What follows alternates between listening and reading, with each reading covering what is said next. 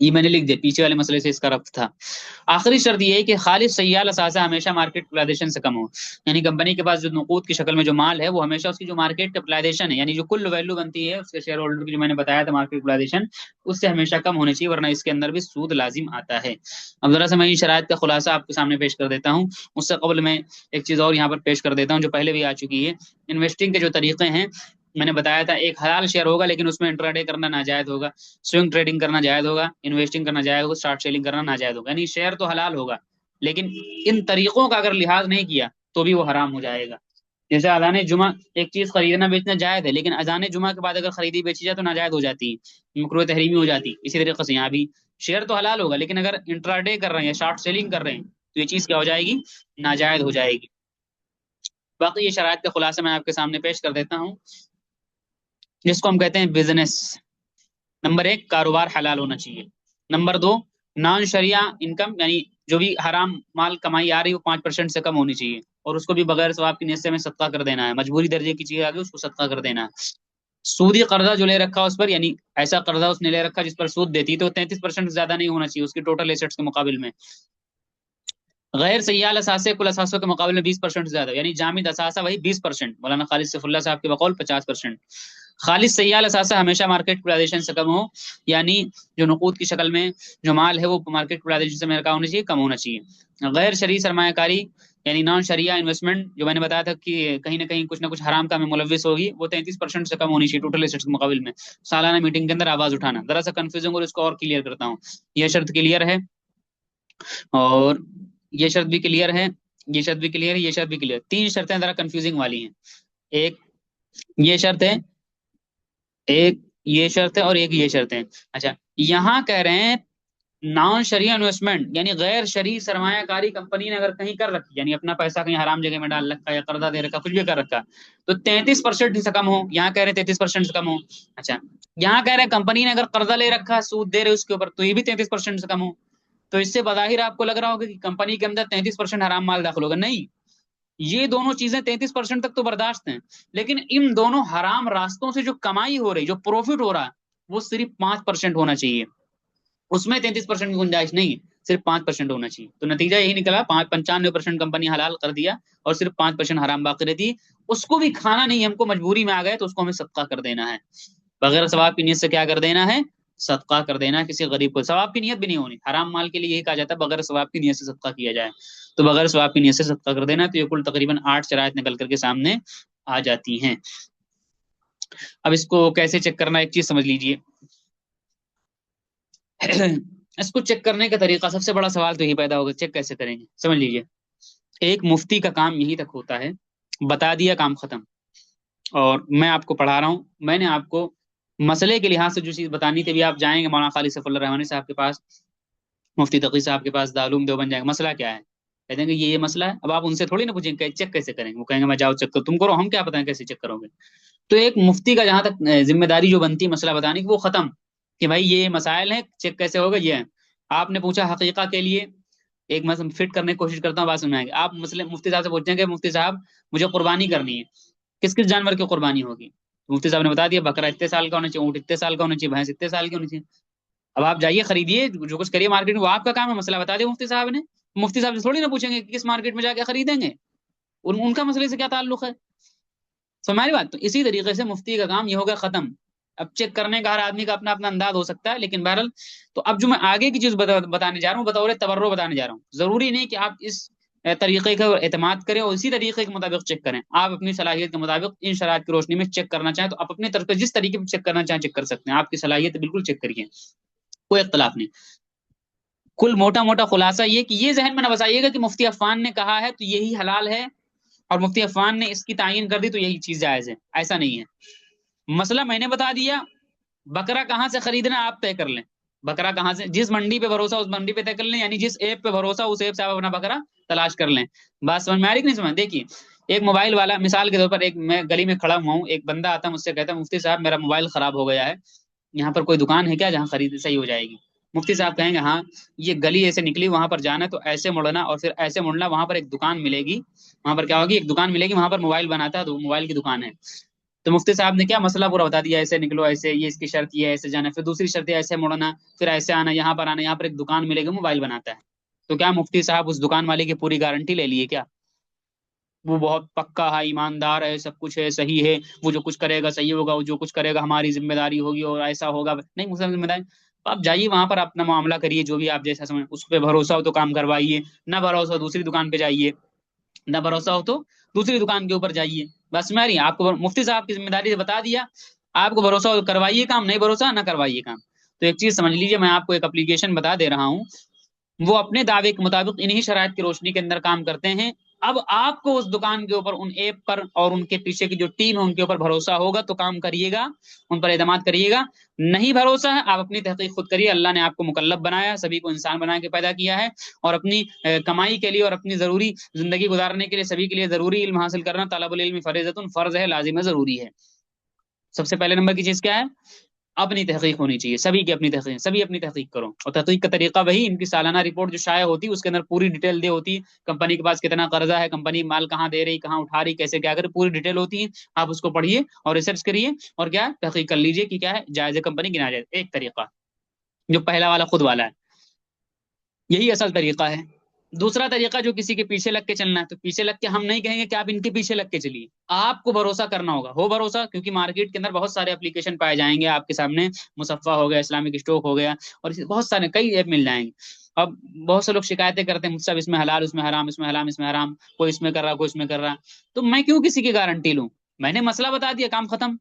اب یہ الگ بات ہے کہ میں جو یوز کرتا ہوں اس کو میں بتا دوں گا، لیکن آپ یوز کریں گے تو اپنے رہنمائی کے اوپر اور اپنے بھروسے کے اوپر، یہ نہ کہیے کہ مفتی عرفان کے پیچھے میں بندوق چلا رہا ہوں، نہیں، مجھے بھروسہ ہے، ضروری نہیں کہ آپ کو بھروسہ ہو اسی شخص کے اوپر، ہر آدمی کو اختلاف کا حق ہے، اور ہر آدمی کیا اختلاف کر سکتا ہے، بالکل کر سکتا ہے، سمجھ؟ تو اس لیے اسلامک اسٹاک ایپ کو میں استعمال کرتا ہوں، اور مجھے ان کی ٹیم پہ بھروسہ ہے تو میں استعمال کرتا ہوں۔ بہت سے لوگ بھڑ جاتے ہیں، اسی مدے پہ بھڑ جاتے ہیں کہ آپ کیسے بھروسہ کر لیے، سیدھا ان کو یہی جواب دیتا ہوں میں، نہیں بھروسہ آپ نہ کریے، کون زبردستی کر رہا ہے آپ سے، مسئلہ بتا دیا، کام ختم۔ بہت سے لوگ، ارے ہم نے اس میں دیکھا تو حرام بتا رہا، اس میں حلال، اس پہ بھروسہ، اس پہ کریے، کیوں پریشان ہیں آپ، کیوں اپنا بی پی ایل ہائی کر رہے ہیں آپ، یا لو کر رہے ہیں آپ؟ سمجھ، جس پہ بھروسہ اس پہ کریے، کیا دقت ہے، کون سا مفتی عفان آپ سے زبردستی کر رہے ہیں، ہم کو اس پہ بھروسہ، ہم اس پہ کر رہے ہیں۔ بات سمجھنا، بہت ساری سیاسی پارٹیاں آپ کو مل جائیں گی، کوئی مجلس اتحاد المسلمین کے بھی ساتھ جا رہا ہے، کوئی سپا بسپا کے ساتھ جا رہا ہے، کوئی کسی کے ساتھ جا رہا ہے، بہت سے بھاجپا کے ساتھ بھی جا رہے ہیں، جس پہ آپ کو بھروسہ وہ کریے نا، سمجھ میں؟ تو کسی پہ رائے میں اپنی نہیں تھوپ رہا ہوں، اسلامک اسٹاک ایپ کو میں استعمال کرتا ہوں، اس کے علاوہ دوسرے ایپ پر میں نہیں دیکھتا ہوں، تو اس لیے اگر آپ کرنا چاہیں تو اس کو استعمال کر سکتے ہیں اپنے رسک کے اوپر، اپنے بھروسے کے اوپر، اسلامک اسٹاک ایپ، اور مزید ان کے بارے میں تحقیق کرنا چاہیں تو خود تحقیق کریں کہ ان کے پیچھے کون لوگ کام کرنے والے ہیں، کوئی عالم ہے، غیر عالم ہے، اپنے لوگ ہیں، غیر لوگ ہیں، وہ آپ کی ذمہ داری ہو، آپ سے بھروسہ ہے تو کریے، نہیں بھروسہ تو نہیں، یہ موٹا سا خلاصہ ہے۔ باقی فتوے اور تقوی کی وضاحت کیا ہے یہ میں آگے بتا دوں گا، باقی یہ مسائل جو میں نے جہاں سے اخذ کیے ہیں، یہ سمجھ لیجیے میں نے بہت کھدان سے نکالا ہے، اور یہ آپ کو اتنا حلوہ ٹائپ کا کہیں نہیں ملے گا، بڑی مشکل ترین بحثیں ہیں، اور یہ میری افتاء کی کتاب میں یہ کتابیں داخل تھی، کچھ کتابیں میں بتا دے رہا ہوں آپ کو، یہ تو کیا کہتے ہیں مولانا خالد سیف اللہ صاحب کی، اسلام جدید معیشت تجارت مفتی تقی صاحب کی ہے، یہ تو میرے افتاء کے نصاب میں بھی تھی، اور فقہی مقالات یہ شاید مفتی رفیع صاحب کی یا مفتی تقی صاحب کی، کسی کی نہیں، دو بھائیوں میں سے کسی کی ہے، تو اس کو بھی آپ مطالعے کے اندر رکھ سکتے ہیں۔ اس کے علاوہ نفائس الفقہ مولانا شعیب اللہ خان مفتاحی صاحب کی ہے، اور اسی طریقے سے ایک کتاب اور جو ہمارے افتاء کے نصاب کے اندر داخل تھی، فقہ المعاملات المالیہ، عربی کے اندر یہ کتاب تھی، فقہ المعاملات المالیہ، کسی مصر کے جو عالم ہیں ان کی کتاب تھی، فقہ المعاملات المالیہ، مالیہ، یہ مصر کے کوئی عالم ہیں، اسی سلسلے میں ان کی کتاب تھی۔ تو کل ملا کر کے اگر آپ مطالعہ کرنا چاہیں، جو علماء ان کے لحاظ سے میں بتا رہا ہوں، مسائل کی جاننے کے لحاظ سے، اگر آپ مزید گہرائی کے اندر جاننا چاہیں مسائل کے لحاظ سے، تو ان کتابوں کا آپ مطالعہ کر سکتے ہیں، لیکن میں تو یہی کہتا ہوں جو مارکیٹ کے اندر نہیں ہوگا اس کو سمجھ میں نہیں آتی، کیونکہ افتاء کے زمانے کے اندر ہم نے ان کتابوں کو ایسے رٹ رٹ کے کیسے کیسے امتحان دیا ہے وہ اللہ ہی جانتا ہے، اور سب سے زیادہ بوجھ کتابیں یہی لگتی تھیں، اور اب سب سے زیادہ مزہ انہی کتابوں کے اندر آتا ہے، میرے ٹیبل پہ سب سے نمبر 1 کتاب رکھی ہوئی ہوتی ہے۔ بہرحال، تو کہنے کا مقصد کیا ہوا، ان کتابوں کا اگر مطالعہ کرنا چاہے تو آپ مطالعہ کر سکتے ہیں، اور آخر کے اندر ہم درسا کیا کہتے ہیں ایپ کے اوپر لے چلتے ہیں، اور درسا ان چیزوں کو پریکٹیکلی کر کے دکھا دیتے ہیں، کیسے ہم چیک کر سکتے ہیں حلال حرام، ایپ کی جو بھی ایپ ہمارے جو بھی ہم استعمال کرتے ہیں ان کے اوپر کیسے کر سکتے ہیں، اور اس کے علاوہ بہت سارے بھی پائے جاتے ہیں جن پر آپ کرنا چاہیں کر سکتے ہیں، بغیر کسی شک و شبے کے، بغیر کسی، جن پر آپ بھروسہ کریے، کوئی زبردستی نہیں ہے۔ لوگوں کو حلال شیئر کی لسٹ تلاشنی ہوتی ہے، وہ بھی